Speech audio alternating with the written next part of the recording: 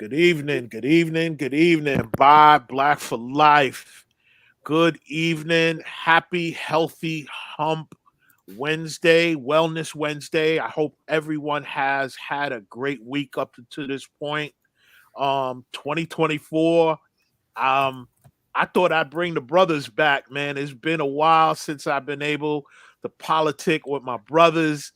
Man, love these men. We've had conversations on this platform.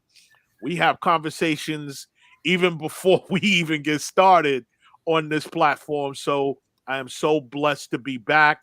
My name is Jerome Hurt. If you don't know who I am, founder, CEO of the Buy Black for Life platform. It is Black History Month. It's about to come to an end. And we just wanted to have a conversation and rap about what it is that we as black people, um, may we be business owners, maybe we whatever we may be, what we can do in order to keep this thing in with respect to black history going. So I'm gonna let my brothers introduce themselves, and I'm gonna start with my cuz. Go ahead, Conrad. Let the folk know who you are, cuz.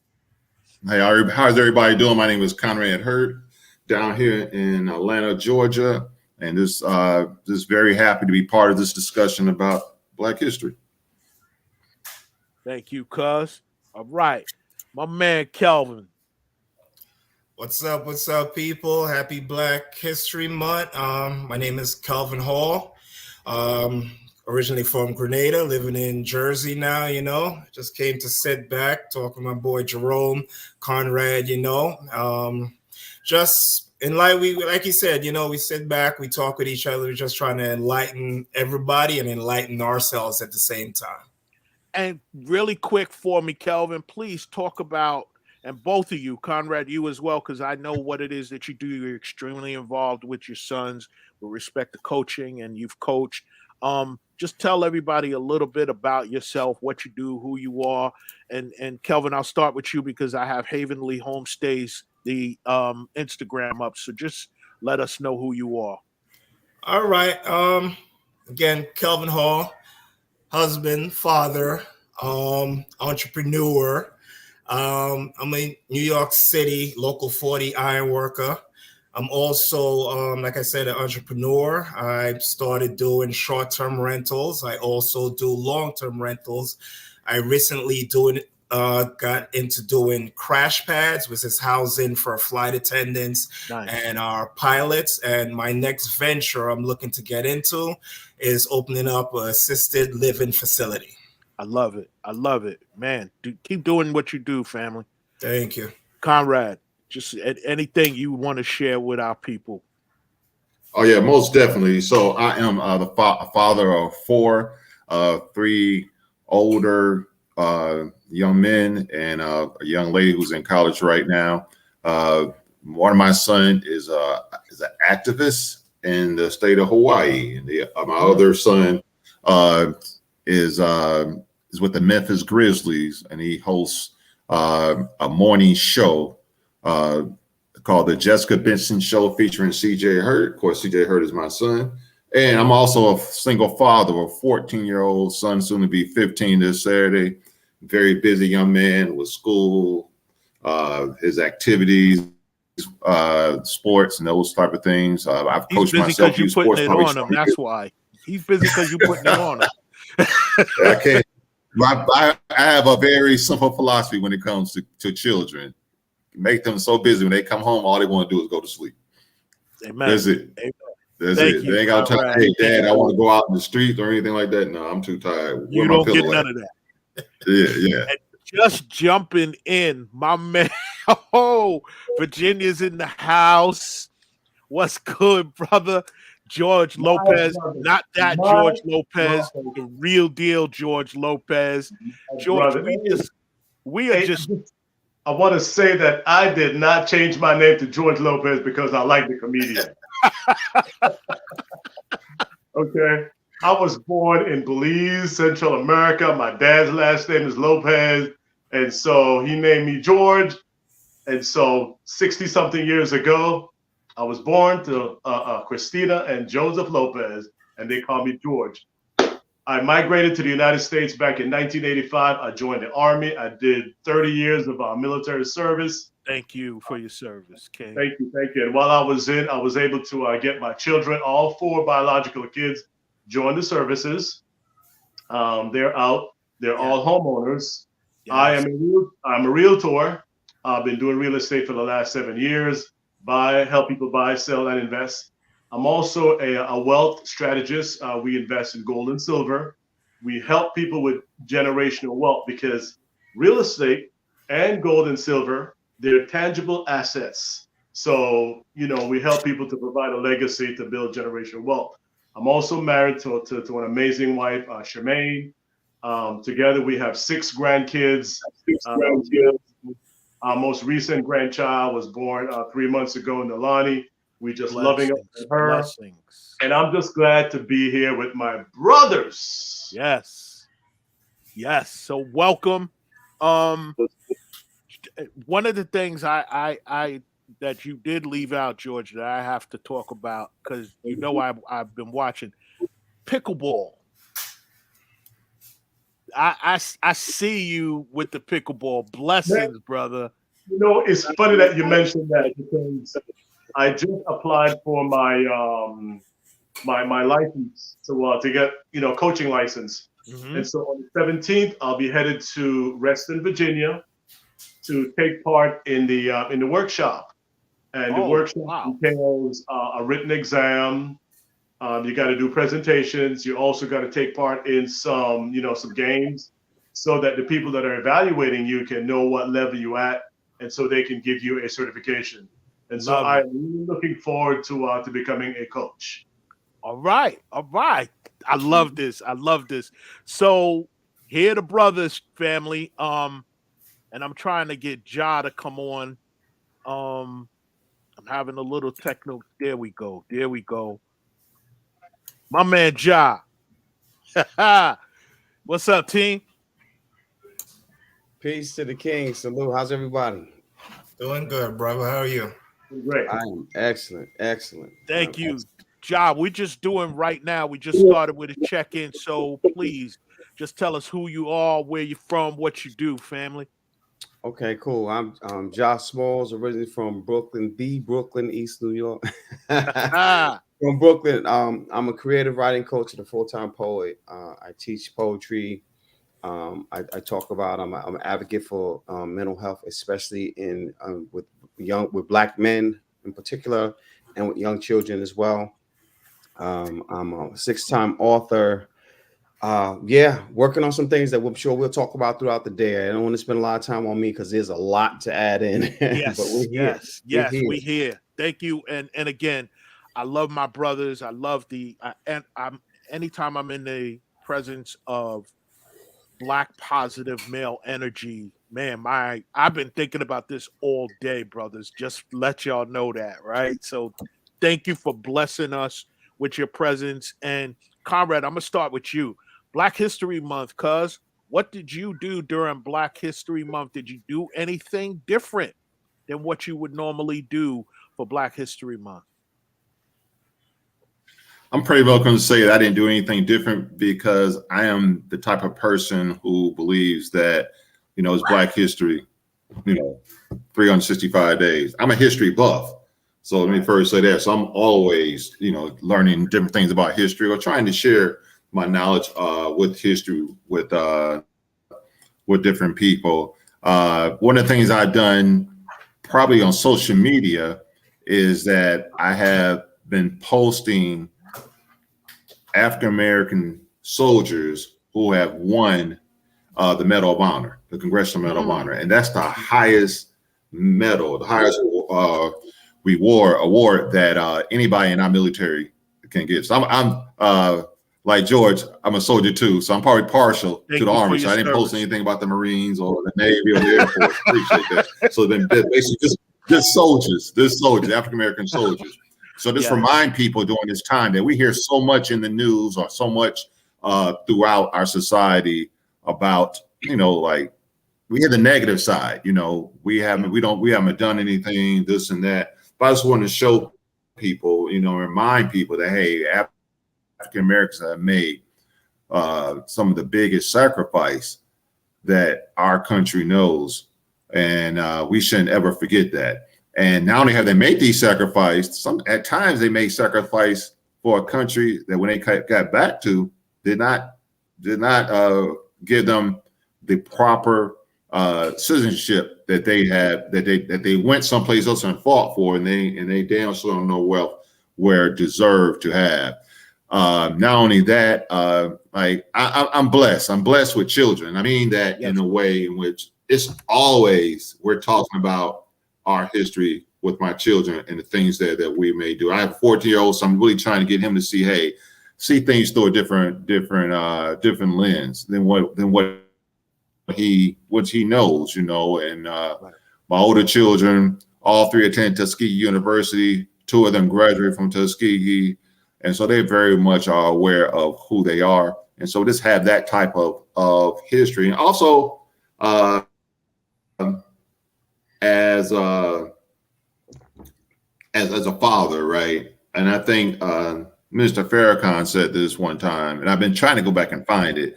He said, of course, you're a father to your kids, but what about the trying to be a father to the kids that are down the street who may not have that father in their life, that father figure in their life? And I've always been that way, my entire life. But, my son has 3 young men go to school with him, and Killer is not a father figure in their life. And so, I take them to school, pick them up from school. They with my son doing their activities and things like that. His teammates, schoolmates, classmates. So just try to help them out too with understanding what is going on with being being an African American man, because it's our kids. We're kind of fortunate, I'm not sure everybody age, but we're kind of fortunate that we had that we had that community, I believe. Yeah, I don't think we really have that community now, and I just try to be that community figure for the kids. Appreciate that. Young men. Appreciate that. Are around. Kelvin, how about you? What have you done for Black History Month? I know how unapologetic you are on your platform with what's happening around the world. Please, what have you done? Did I freeze up? No, you still here. You good. All right. Well, just like Conrad said, I didn't do anything much for Black History Month. I don't do anything much. It's Black history is 365 days. Our struggle never stops. They never let up on us, so we never have to let up. They don't take a month off. They don't take a day off. So it's every day, So I didn't do anything for Black History Month. Like I said, it's an everyday thing. I just continue to try to grow myself and grow everyone around me, so that we're not regulated to 1 month, so we could have that generational wealth. One thing I want to do is have generational wealth for my kids. I got 5 kids, and I don't want them to have to go through anything I go through. So my goal is to at least have 5 homes for 5 of my kids, so they each have something and they go from there. I want down the line they could say, my great grandkids, yeah, we have this now because our great grandfather Kelvin started this. So like I said, I just try to bring everybody with me, whether it's a program I hear about where it could help you advance your business or that kind of stuff, So that's about it. I just try to learn. That's the important thing, learn, because we know a lot, but we don't know nothing, So I try to learn from everybody around me. Like they said, put yourself in a room with everybody that's smarter than you. If you're smarter than everybody, you got nothing to learn. You got to find another room. Yeah. That's why I'm here with you guys, listening to your stories and what you're doing. So some of that inspires me and helps me to, say to myself, you know what? Maybe I'm not doing enough. And I'm gonna have George come, and here's why. Because George, I want you to also speak about what about Black History Month, but also Kelvin brought up something, and that's real estate, right? That's your wheelhouse. So just tell us, what you did for Black History Month, but tell us the importance of that home ownership with respect to generational wealth and what it is that you do. Thanks a lot. One of the things that's affecting us right now as Black folks is that, there's a subtle war going on between the system and us as Black men. Because of this subtle war that we're going through right now, it's challenging for Black men and Black women to purchase a house or to purchase any kind of real estate or even silver, because they've always kept us in a place where when we try to make a step forward or 2 steps forward, they kick us in the face or kick us in the ass, or we move 1 step or 2 steps backwards. Yes. Okay. And it's hard for us to think about real estate. Yeah. Let's talk about redlining. I'm gonna get back to that. Let's talk about redlining as well. Come on now. They put redlining in place, so the people from across the fence cannot get the loans or cannot get what they need in order for them to purchase houses. Correct. When brothers go to buy a car, they jack up the interest rate so they could. I mean, we could talk about this all day long. My brother just talked about, being in the military. I'm kind of digressing. And when the brothers came back from war, they never got what they deserved, which is factual, because after World War II, the brothers did not get the GI Bill, and the brothers did not get the VA loan that they were supposed to get. Yes, sir.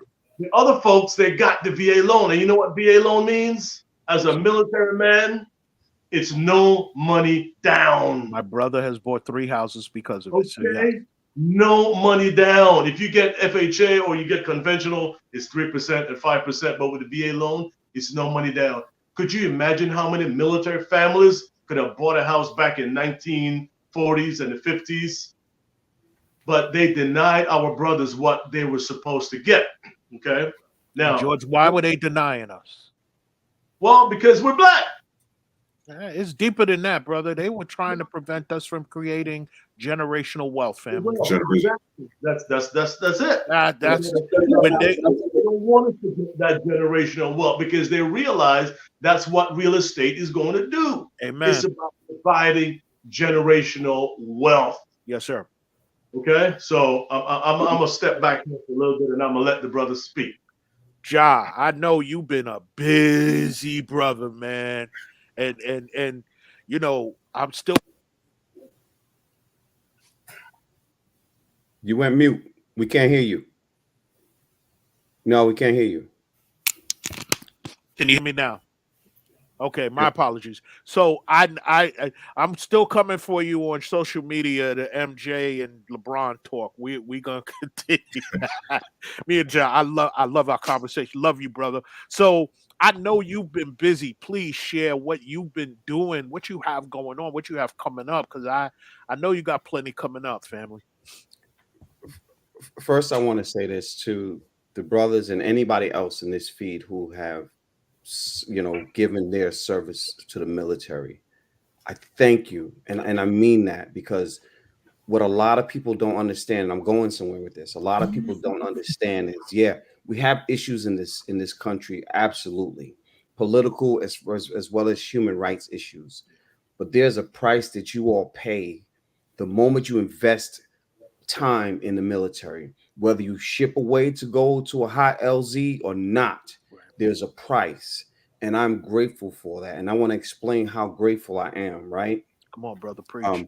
We actually, my brother and I started a series of poetry. We did a book called Trigger Warnings, which is a tribute to some military veterans that we spoke to, and we wrote their stories in poetry.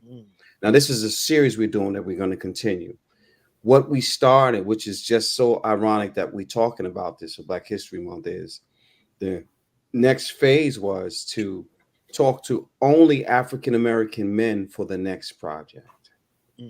And then only African-American women for the next project who are veterans, right? And tell their story. So what I did was I created all this artwork to start the next project. Here's where it led me to, right?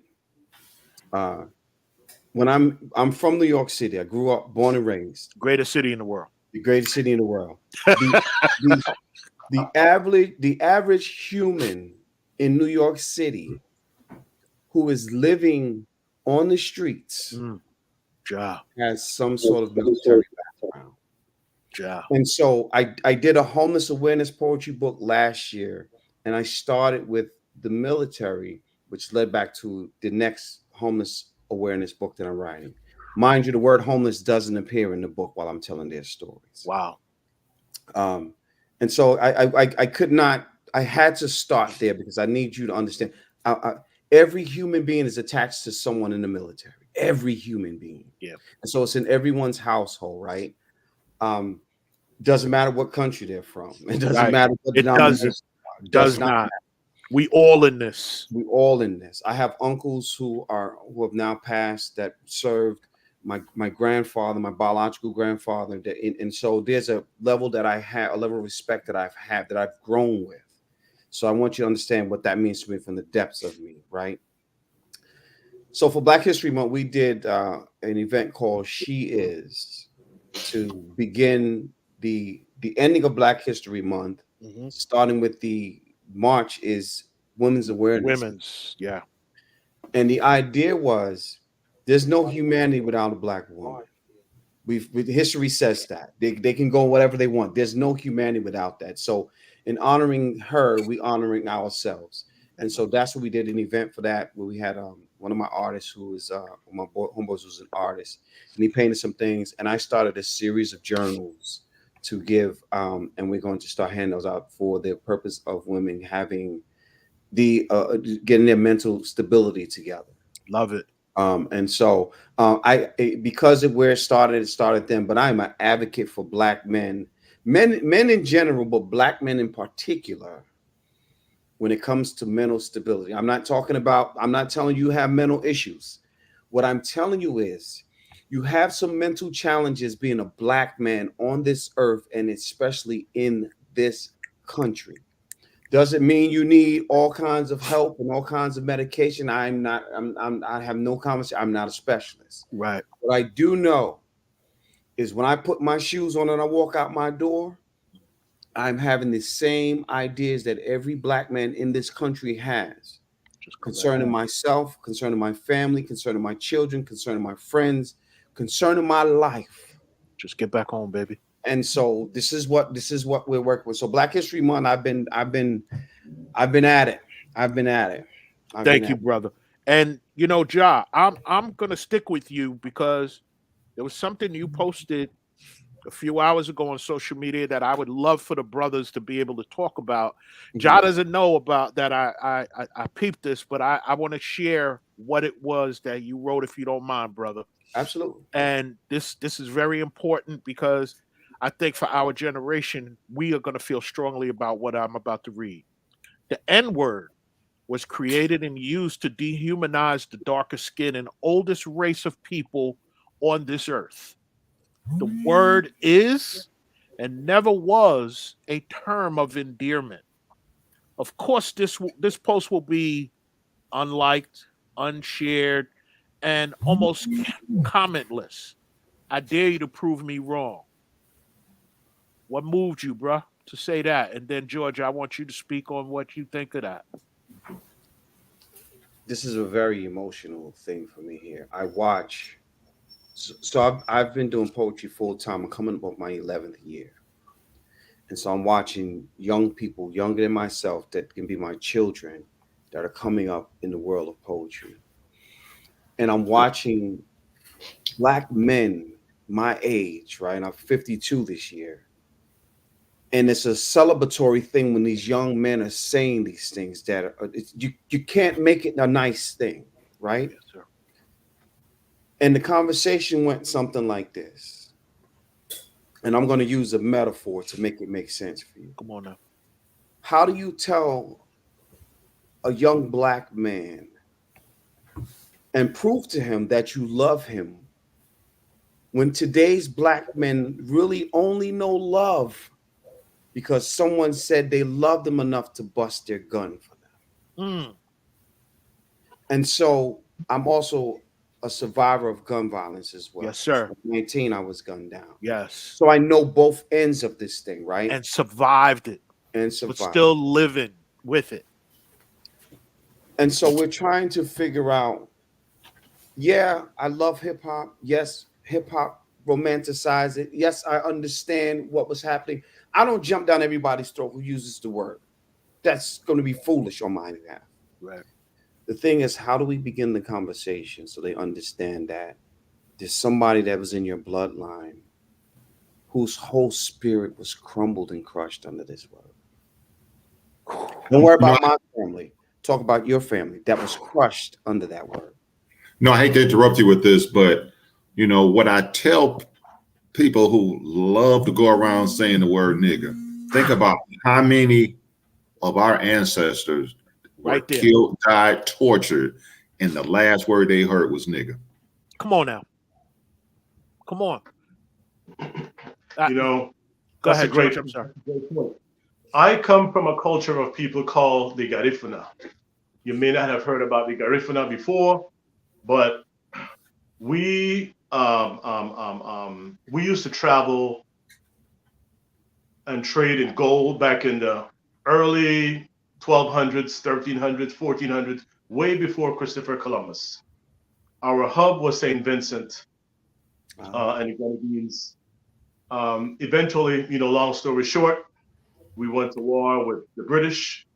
They wiped us out. They exiled us to Honduras back in the 1600s. That was where our ancestors got their last names because they were indentured servants for the Honduranians. Right. My ancestors took on the name Lopez. Right. But eventually they migrated to Nicaragua, to Guatemala. But my family migrated to Belize. Now, growing up in Belize, we never heard the N-word in our family. We did not use the N-word, period. I want to say that that is something that came from the descendants of slavery.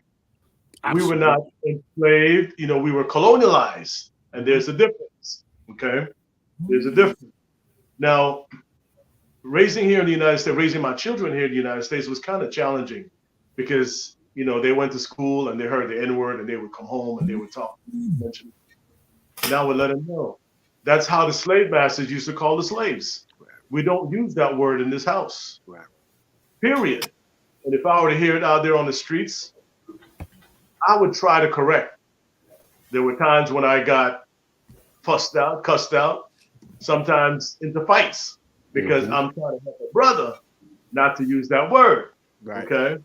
And so now I kind of take a step back.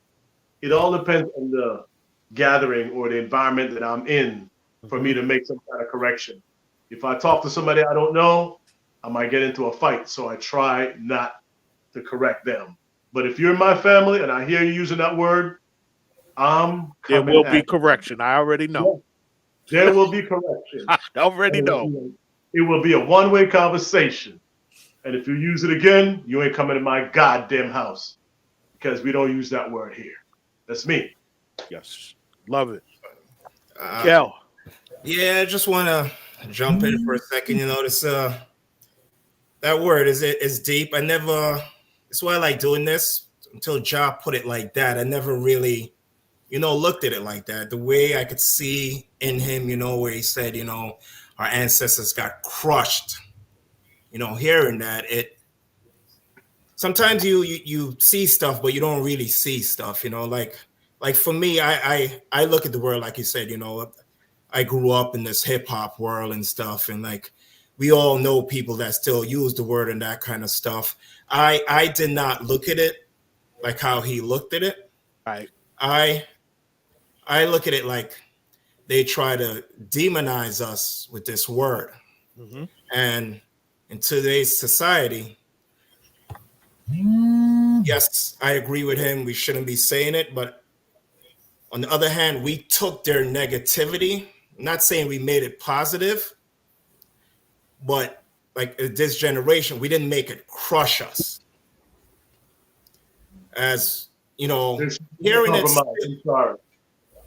Ain't no buts, no compromise. I'm sorry. I didn't mean to go there, but I did. Sorry. I apologize. No, I get that. There's always going to be different viewpoints. Like So everything they try to put on us, it's like to crush us, and we're not allowing it to crush us. You know, like they called us ugly. You know, they made fun of our big lips, our big nose, or women's big asses. And if you look around the world, all these negative things they put on us, They all look like us. Everybody has big lips now. Everybody has big asses now. All this negative stuff, we took that negative and we made it ours. We made it positive. Not But saying have we? Have we really done that? So if you hear a negative enough, you're going to tend to believe it. You're going to tend to be it. So and Kel, trust, I respect what you're saying. I love you, brother. I would rather call you brother than my nigga. that's what I use. I would rather call you king than my nigga. I would rather embrace you in love than ever want to. Oh, I would when we embrace a negative word, even our women using the B word to each other, and let's be 100, right? Unless they're on some housewives, only people like us who look like us speak to each other in the way that we do. I have a wife. I have two daughters. I have nieces, goddaughters. I have women who are sister friends. I would never want them to be called that word, even in joking. So I respect what you're saying, but in order for us to turn how we are perceived, words like that, we have to root it out. Whether we make it, and let me also say this, right? As somebody whose family comes from slaves, right? I could never tell my ancestors that we've made that word into a positive. Never. I can't say that to my ancestors. I can't even conceive saying to my mama, "Hey mom, guess what? The N word is now a positive word." My mother was snatched the life out of No, me. I'm not trying to say we made it into a positive word. That's not No, at no, I'm all not what I saying was you trying to all. say. There are people that use it in a manner that it is positive, right? They use it as a term of endearment. They use it in a way as a greeting. My nigga, no, bro, that's your brother, right? That's another king, right? A woman, oh my B. No, that's your sister. That's another queen. And I just feel like us as people, we've become okay with words like that and using to describe each other. And we make what I think, and I'm going to be 100, the excuse, oh, what, it doesn't really affect me.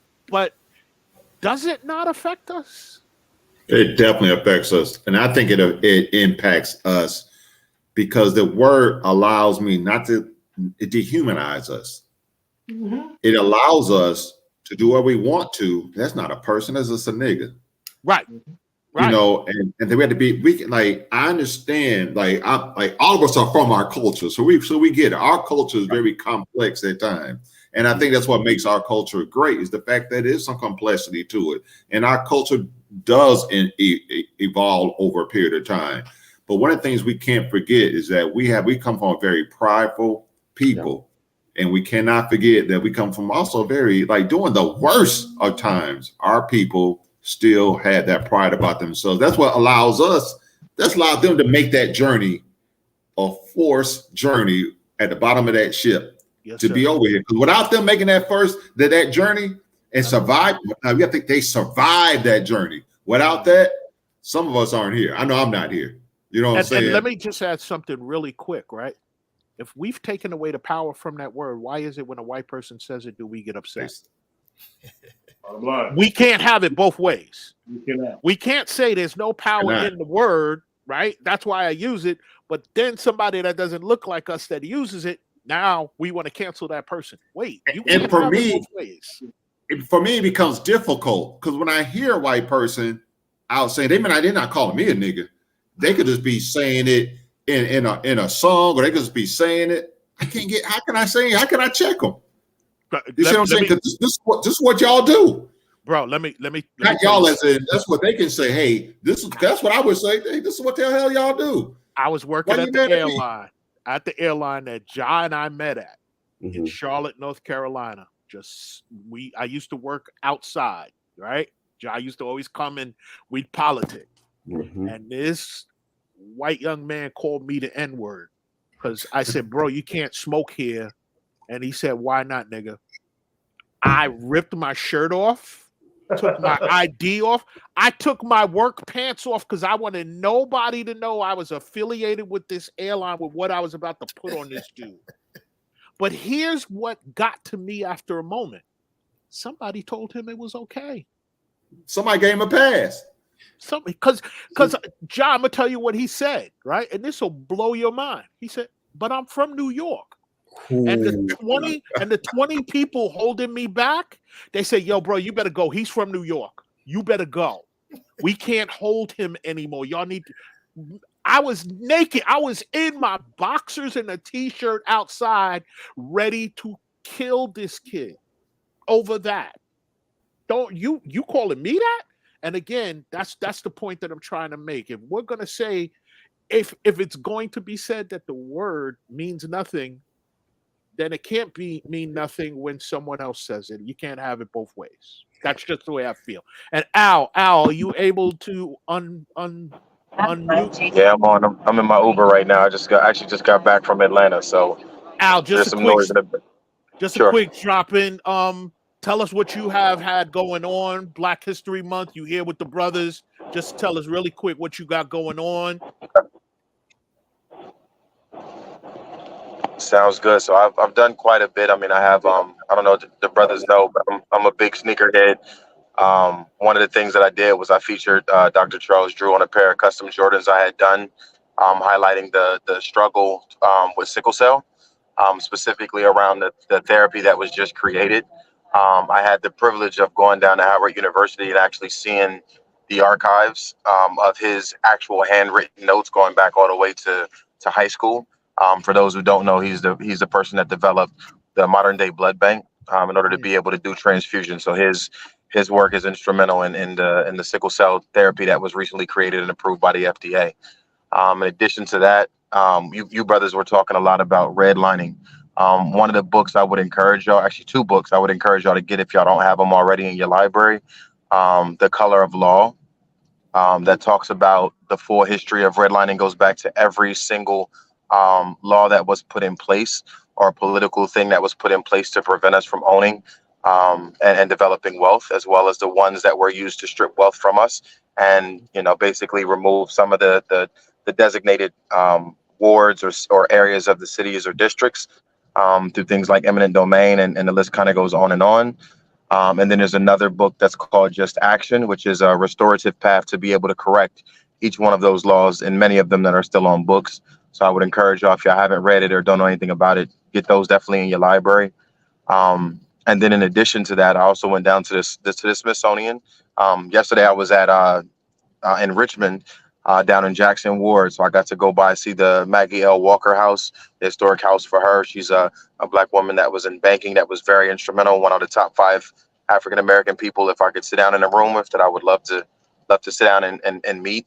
And then we also talked a little bit about legacy, like right with the kids. You guys were talking about home ownership. You were talking about being able to pass down, knowledge and sharing different things. My kids are super close to my heart. So anything that I've ever learned, I try to instill in them. Any books that we have we have books that go back to the original Up From Slavery from Booker T. Washington, right? His autobiography. My kids are able to handle any of those. And I'm talking about the originals, not reprints, not revised, the original Gen 1, Gen 2 books. And then in addition to that, we're very intentional about making sure that we take our children to different historic African American neighborhoods. Seneca Village is one of the places that's up on our radar for this year. We weren't able to go when we went last year up to the Black Wall Street Gallery that was there. But one of the trips we're going to take, in addition to Seneca Village, is also I'm taking the kids back to Black Wall Street. So we've all been down there as a family. We walked the streets. We met and talked with some of the people that are third generations survivors of the Tulsa Race Massacre. We do a lot behind the scenes as well with the organizations down there that are fighting for reparations for the survivors that are still there. And then in addition to that, we do a lot of purchasing of original newspaper articles and newspapers going back. I think the earliest one we have is like 1886. And it all specifically around historic African American events We have stuff on the Houston Race Massacre. We have things again on the Tulsa Race Massacre that we talked about, and several other things about key events in African American history and culture. And so our kids are also required to do dedicated reports for us. Love it. Right? They can choose any African American person in history that is along the lines of somebody they think is impactful. Right? And it could include somebody who founded a city, who developed the district, somebody who was instrumental in implementing laws, a particular military personnel. My family's also heavily involved in the military. My mother was Air Force, father was Army. My brother was Army as well. My grandfather was in the Army. My great grandfather was also in the Army. So we have multiple generations that are military. And then in addition to that, I know we don't really talk about the firearm side of things, but the historic significance and different organizations and their stance on certain things, whether gun control related or not gun control related, so they understand the full context of it. Because in the military, nobody's getting sent out there unarmed, right? And whatever the stance is on firearms largely depends on the environment and the exposure, right? I lived on military base. I grew up around guns, so for me, I was taught it was a tool to be able to defend and protect. I didn't learn the typical urban setting, the hood setting for firearms until long after I had already been exposed to the correct way to be able to handle and interact, and in the event that you choose to be a responsible firearm owner, that you're able to actually train and educate, right, as well, the people that you're responsible for. So I know I said kind of a mouthful, but I appreciate it. Thank you for all of that, bro. Thank you. And you touched on family, and I want to tie something in with what George said, because George said, when he'd approach a person about the N word, that he might get into an argument, and we had to back off. We all come from a generation where the neighborhood checked us, right? I mean, I was out there doing stuff in the streets, and the neighborhood let my oldest brother know. My oldest brother came and put a 9mm to my head and said, if you continue doing this, I'm gonna put a hole in your head. And I believed him, so I stopped. So, any of you, what have we lost with this generation with respect to community? Before we go there, I want to touch back where we left off, because I want to show how the sugarcoating of the word had become systematic. Mm-hmm. And I'm going to explain why I'm saying that. When you think back to plantation, right? And the mother, the mother's a slave, and she's giving birth to these naturally born burly young boys. And then the overseer's like, oh, he's strong. We can sell him, and we can get this for this one. What did the mother say? Oh, he just a nigga. That little old dumb boy. It's just so in a sense, the system made it acceptable for you to be safe at home. You see what I'm saying? So we have to really. So I try not to be as harsh, because I understand that this is generations. It's been passed down. That it's rooted. You just this. It's okay. This is who you are. We know. Yeah. Because of which is why it's so important that we make sure we know that it's not good to say it, because it's been so watered down and sugar coated. It's been acceptable, and it's not. But and don't get me wrong, I've said it. I've said the word. Look, bro, I'm from Brooklyn. We said it. Yes. I've had songs with it. I had poems with the word. Yes, so sir. I'm not holier than thou. However, in growing as a man now, right, growing in maturity, and then being a poet, right, this is how I earn my. This is how I eat. Yeah. My words mean so much more. So I'm very careful about certain things that I say, and also that I accept. Yeah. Because if I accept you putting me here, what am I saying? What am I saying? But it's been passed down and sugar coated and shellacked in such a way. Tupac helped. Yeah. With his, and I'm not knocking the brother, because I have to knock him in some sense because he knows better. That's number one. Especially But from I what he came. understand what the purpose of what he was trying to do. The issue is that these generation don't understand. They're just Okay. going along to get along, and that's where we have a I agree. I agree. I agree. Now I'm going to go with the question that Jerome just asked. Right?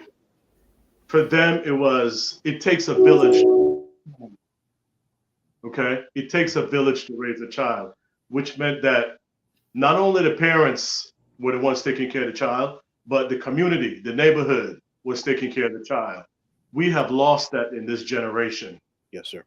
It's a more individualistic generation that we're in. Yes, we see it coming from the schools, we see it coming from the system, we see it coming from everywhere. But this is not something that's a part of our African ancestry. Okay, this is something that was passed on from the Eurocentric systems or the Eurocentric people, because they are very individualistic in just about everything that they do, and we see that. Yes. Okay, the melting of the ice caps. We see. I mean, we could go on and on and on about what the things that they've done. But what the younger generation has done is that they have not allowed us to try to correct them. If we try to correct them, it's going to be war. Yeah. Okay, it's going to be war. And so, what do we do as the previous generation? We have to try to do everything in our capacity to bring that communal or that family foundation back into our homes. It's going to be challenging, but it's something that we need to do. I'll just leave it right there. Any other brother? So Community. I think the sense of community is lost because we have lost leaders.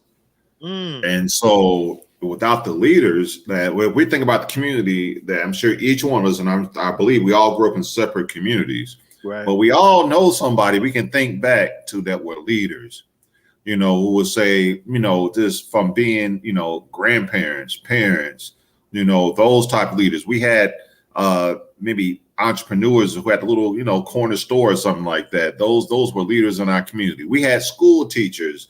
We can go on and on. Those were leaders in our community. I think we have lost the sense of that. And we also, and I mean, like, you don't have to have those. Well, I guess if you're part of community, you have to want to be a leader. You can't sit back and just go into your own little shell. Like, you see a child doing something that is not correct, talk to that child. You know what I'm saying? Like, we all know how to talk. Like, I remember one time, this is about 4 or 5 years ago, kids yelling at another boys, yelling at this young lady, calling all kind of derogatory words. So I'm like, I can't let this slide. I'm like, hey, let me talk to y'all for a second. I asked, am I y'all peers? Right. No, sir. Right. Why are y'all talking that way? Right. And would you call your mom or your grandmother or your sister those words? Like, no, sir, we wouldn't. So those times, we can't be afraid of our young people. And too many times we are horrified of our young people when they are probably begging for us to engage with them. I like that, because I had a situation a few years ago. I was on the train, and a young buck, he was trying to talk to a girl, and I remember the girl's response, "Oh, now that you with your friends, you want to talk to me." Right? He was on one side of the train and she was on the other side, and he's yelling, and it seems as if he got his bravery because of the fact that he was around other people. And the young lady was not hearing that. So, me just being who I am, I went over to him and I say, "Young buck, man, what's going on here?" I said, why is she, pushing back? He's like, "Because, I'm kind of shy, but, I got in my comfort zone." And I said, "Well, she wants to keep your relationship between you and her. She doesn't want your relationship between you and your boys and her. And at the end of the day, I know me when I was a young buck, it mattered what my girl thought, not what my boys thought. I love y'all, but I'm gonna see y'all later. Like, there's nothing y'all cats can give me that shorty can't. Y'all got nothing for me. I gotta make. I used to dress for my girl, right? I used to get good grades. And I'm married to my high school sweetheart now, right? So I used to get good grades from my girl. We've lost that, right? But that piece about being scared, I do agree with that. I can tell the cat that I could step to, right? And I could, I'm a big dude. Not many people are gonna come for me, right? And I could handle myself, right? But I also know at the end of the day, and I want to get home safe, get home safe to the crib, right? So because at least in New York, it's different. It has become like nothing I've ever seen in my life in New York, and even the smallest cat has nothing to lose, or at least they feel that way. So I understand that part about being mindful of who you rap into. But Jerome, if I may say something that just to piggyback on what the brother said about leadership, and he's absolutely right about that. One of the things that the system has done with our leaders is to shame them, embarrass them, in some cases, murder them. Right. We've seen it with Malcolm X. We've seen it with Martin Luther King. We've seen it with Medgar Evers. We've seen it, on and on and on and on. Our leaders have been murdered. So brothers are afraid. They are fearful that they will get gunned down as well. Okay? And we also see it in the school system. We also see it at home. Kids have rights. They have more rights than their parents. They have more rights than our aunties and uncles. The system has created that, unfortunately, for us. Well, and I agree. In the Black community. Go ahead. I agree, George, but you know what? The five brothers that I'm talking to now, y'all are no joke. y'all, like, so while Malcolm X, they could find Malcolm X, right? Because they knew where he was going to be. They can't find George, and George is doing his thing by helping people become homeowners. They can't find Ja because Ja is busy helping heal people through his words and poetry. Conrad out here helping young kids with trying to be, and it's not just about be better athletes, but be better human beings, right? Kelvin, what you have, I don't even know if you realize what it is when you and I first started talking about with what you have and being able to give your property to somebody who just needs it to get their mind right. Do you know how powerful that is, brother? Huge. And just what you do with your children. Man, I the one mistake I made, believe it or not, was not to take my kids to the hood where I grew up because I was so busy wanting better for them. I did wrong by them. I should have showed them the grind I had from the hood, the fact that, I had to throw hands every other day just to get home to my mama. And if I lost, I'm back out there having to win. So we are all leaders in what we do. That's just my opinion, brothers. How do y'all feel about that? Can I add in, Jerome? Can I Yeah. go? All right. Well, one of the things, I appreciate the sentiment that the brother said about, them killing a lot of our leaders. The problem is, and this kind of plays into the fact about the correction aspect of it. Kids are looking for people that are willing to lay their lives down for them, right? They're willing to step up. They're willing to go to bat for them in ways that, their friends or their family or other people may not have the means to do. Right. And so a lot of times, correction, you're not just going to be able to correct just anybody, because the first response is always, well, who are you and why do you think you have the ability to correct me? Right. Correction is always supposed to be given in love. Right.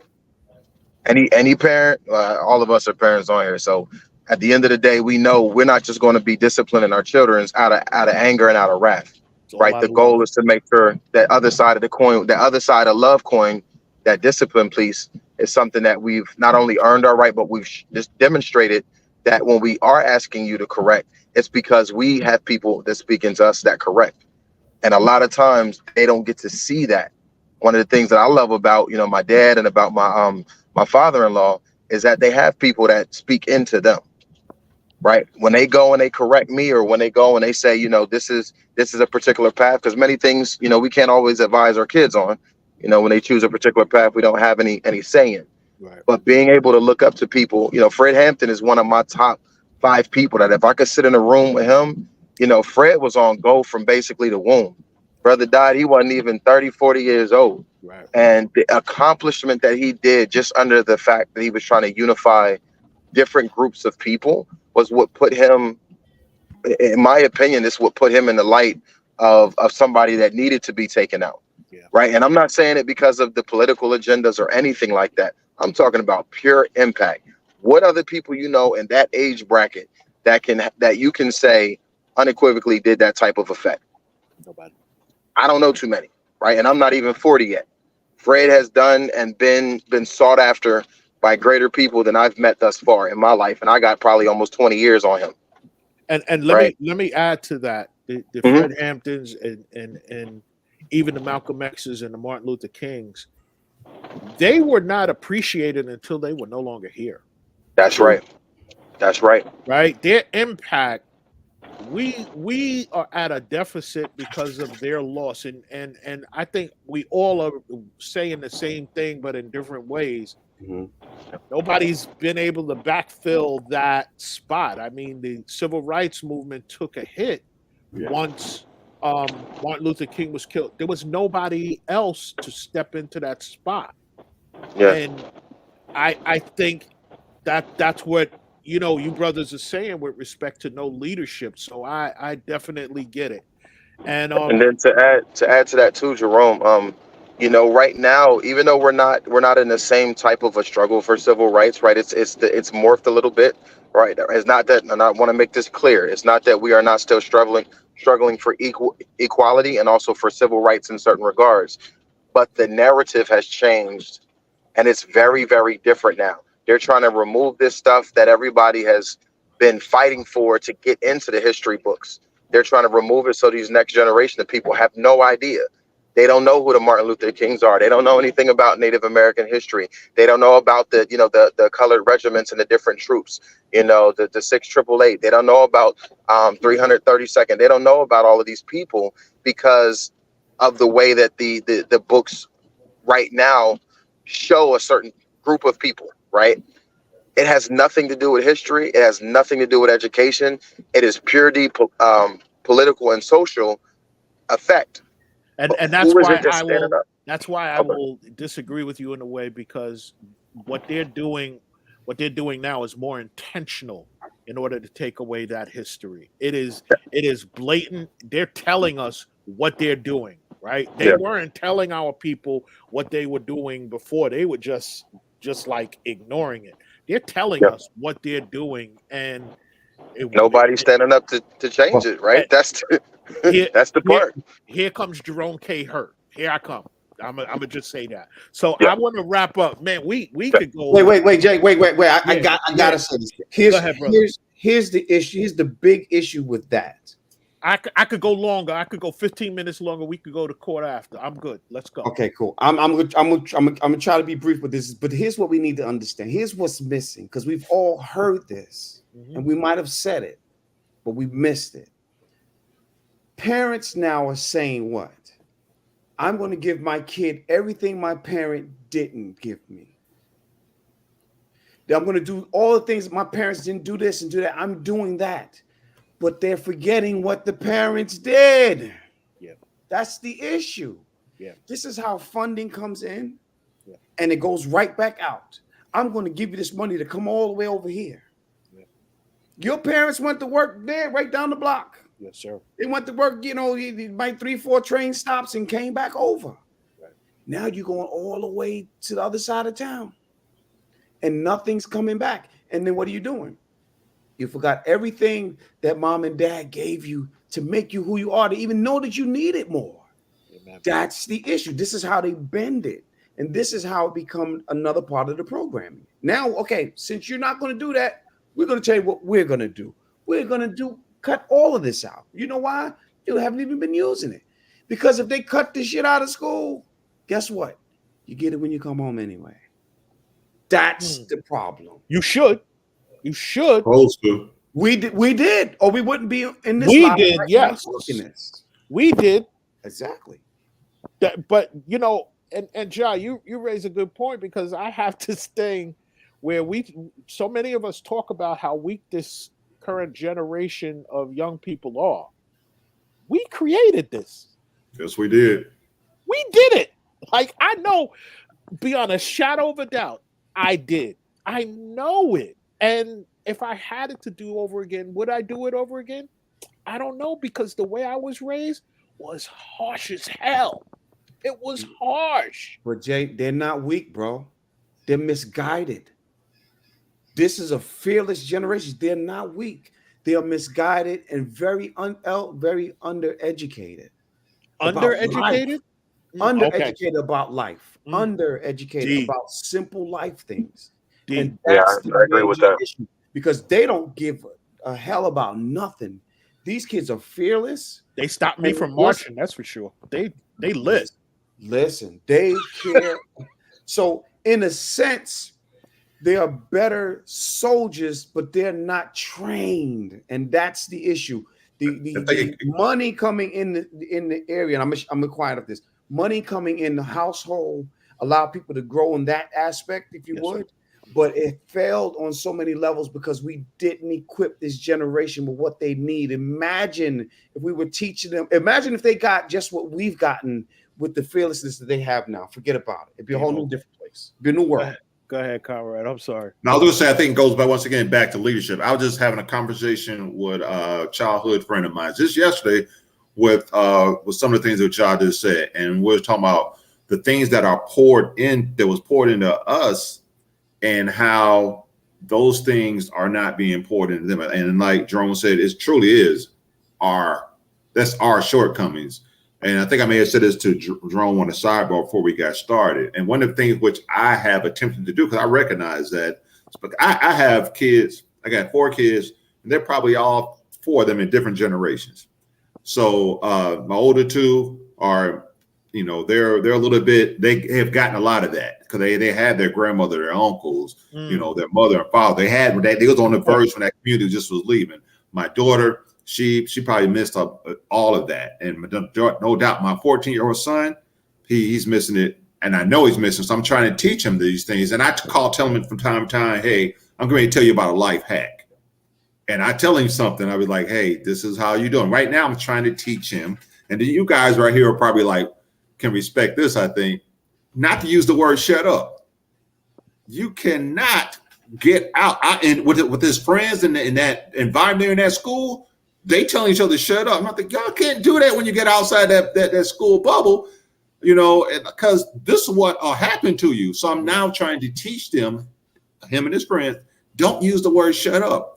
Because you can't, those are threatening words to people. Don't use the word shut up. That's disrespectful. Don't use the word shut up. So I think that for me, I try to teach my son different life hacks, as I call them, because along the way we have missed some things, and I try to point certain things out to him. I think that's what we have to do. We have to be, want to be more leaders to those children.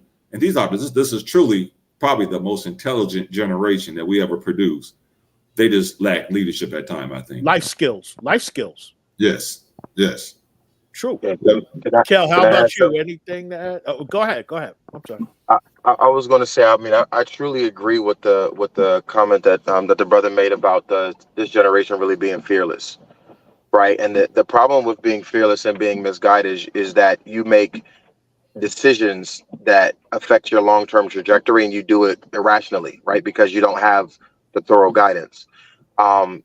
This generation has access to things that your generation and my generation had to go hunt, fight, research. It wasn't at our fingertips. We was in the library doing reports, right? There was no, if you were blessed to have a family that had a Britannica set, you were looked at as wealthy, right? So it's a whole different generation. All you need is $100 device, and access to the internet, and you got the world at your fingertips. The problem with that is that most of the content that's being pushed is not developing leaders, right? Most of the things that they're seeing that's at their fingertips, that's at their eye gates, is all about people showing what it is that they're able to accumulate, not the impact that they're able to make. And so the challenge, this is kind of the challenge that I take for myself, and I want to share it with you guys as well. If you were to die tomorrow, is the impact that you made with the time period in your life sufficient enough to change the course of history? Right? If it is not, then tomorrow's a new day. Let's do something different. Let's impact somebody. Let's meet with somebody. Let's network, because the misguided aspect that a lot of these generations have is because they do not have a network of people that have wisdom, that operate in a way that makes and brings diligence, and then most importantly, with integrity. All that street stuff, whether or not you agree with, people being businessmen in the streets, right? The success that they have, whether it's short-term or long-term lived, these kids are looking at that, and they're coming from an environment that in many cases is deprived of seeing things like that from a normal perspective. I introduce my kids to some of my clients, people that I work with, people that I have in my network. Some of them are multimillionaires across different sectors. And that example is what allows them to see, even though they grew up in the same neighborhood that I might have grown up in, many of us are in very different places right now.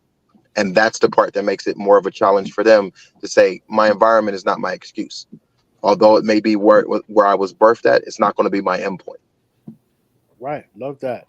And I have to say, I've missed the chat. Wits is in here. What's good, Wits? Mr. Wits. Let me tell y'all.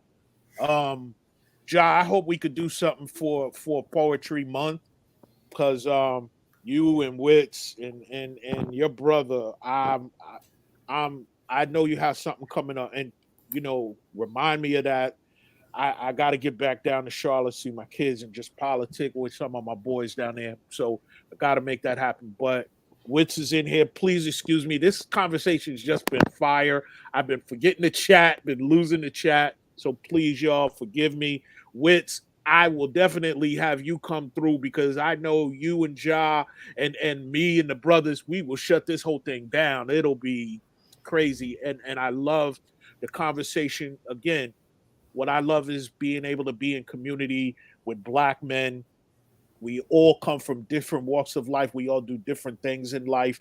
We all have one goal, and that's to lead in positivity. So I appreciate all of y'all. I'm going to just ask y'all any last words that you would like to impart on anybody who's watching, listening, watching live, watching on replay. Any last words? Cuz, Conrad, I'll start with you. This has been, very powerful time we spent here. When we was talking about the use of the word nigga, I really felt emotional behind it. And that's probably really the first time I felt that emotion behind it, just because we come from all different views on it. And, it's good for me to realize that, I'm not the only one, because at times I think I'm the only one who feels that way. Right. So it's definitely emotional for me to feel that, and want to say out the job, when you get ready to do that poetry for veterans, please reach out to me. Kel, how about you, fam? I'm just grateful to be here, listening to you fellas. I got to say, thank you to you guys. Like I said in the beginning, you got to put yourself in circles with people that's smarter than you. And I look at all you guys as being that, you help me. I listen to you guys, like you said, that's what we got to do for the youth. We got to teach them, try to reach them. So I'm sitting here and I felt like I was educated some more by all of you guys listening to you. So I'm grateful for that. Love you, brother. That's why you're part of my team, man. Al, how about you, man? I too want to echo good brother's sentiments. It's very refreshing to hear, multiple generations be able to come down and talk about the importance not only of legacy but the environment and the world that we're in. I appreciate, just want to on an individual basis thank each of you for sharing, the content that you've shared and for the impact that you're making. And then, in closing, I just want to encourage each of you, as I said, whatever the situation or circumstance it is, if you can help reach back and bring at least one of those people out, go back, coach, tutor, train, mentor, offer your cell phone up. You'd be surprised how many times this generation will reach out because they see something in you. Many times we don't even see in ourselves until we have somebody really draw on it. Right. So, be encouraged, continue to push forward and focused impact. And I look forward to talking to y'all soon again. Thank you, brother. King George, how about you, family? One of the greatest strengths that we have as black brothers, is our strength, is our togetherness. But the system has done a lot in their capacity to keep us divided. Yes, sir. And they have done a good job of it when it comes to us comparing ourselves to one another, when it comes to that white thing that they call Jesus or God that's keeping us. I mean, we could go on and on and on with that. But Yes, sir. we need to strengthen ourselves as brothers. America is fearful of us. The world is fearful of us because they know what we have and who we are. Let's go out to love each other. Let's go out to encourage each other. Each one teach one and bring each other up. Love you, brother. Thank you for that. Ja, my dude. Close us out, Ja. Firstly, Jerome, bro, you know how much love I got for you, man. I appreciate you for putting a platform of brothers together just to have these conversations, because these are needed conversations, right? These are the things that should go viral. Yes, sir. I want to say to each one of us here, when I was the actual athletic trainer for a semi-pro football team, Carolina Cowboys, if you want to look them up. And one of the things that one of the coaches used to say that stuck me is right before we finished practice or game, he said, "I challenge you today to be a better you every day." And I believe that in the conversations we've had here, we do that unknowingly. So I want to thank each one of you for that part, right? Because the only way you are not a role model is if there's nobody around, because somebody is watching you always. And you don't know who it is. It's a young lady somewhere. It's a young boy somewhere. It's somebody even older than you. And so I'm grateful to be around like-minded minds. Brothers, I appreciate you. Let's stay in touch. And let's this not be the last time. Let this Bro, not be we gonna make this this happen.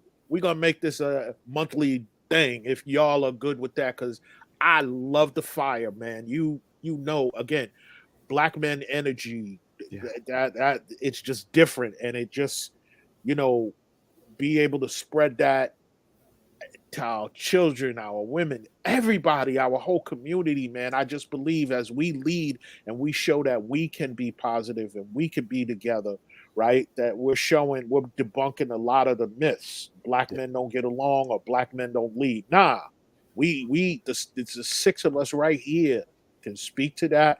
We could show you much better than we could tell you. So, Ja, I love you, brother. Conrad, love you. Kelvin, love you. George, love you. Al, love you. Thank you all for a dope evening. Next one coming. I don't know what it's going to be, but I already know it's going to be fire. So I thank you all for joining me for this conversation. Have a wonderful evening and enjoy the rest of your week. And if nothing else, for the rest of your life, let's continue to buy black for life, family. Yes, sir. Good night, Have a fellas. good evening.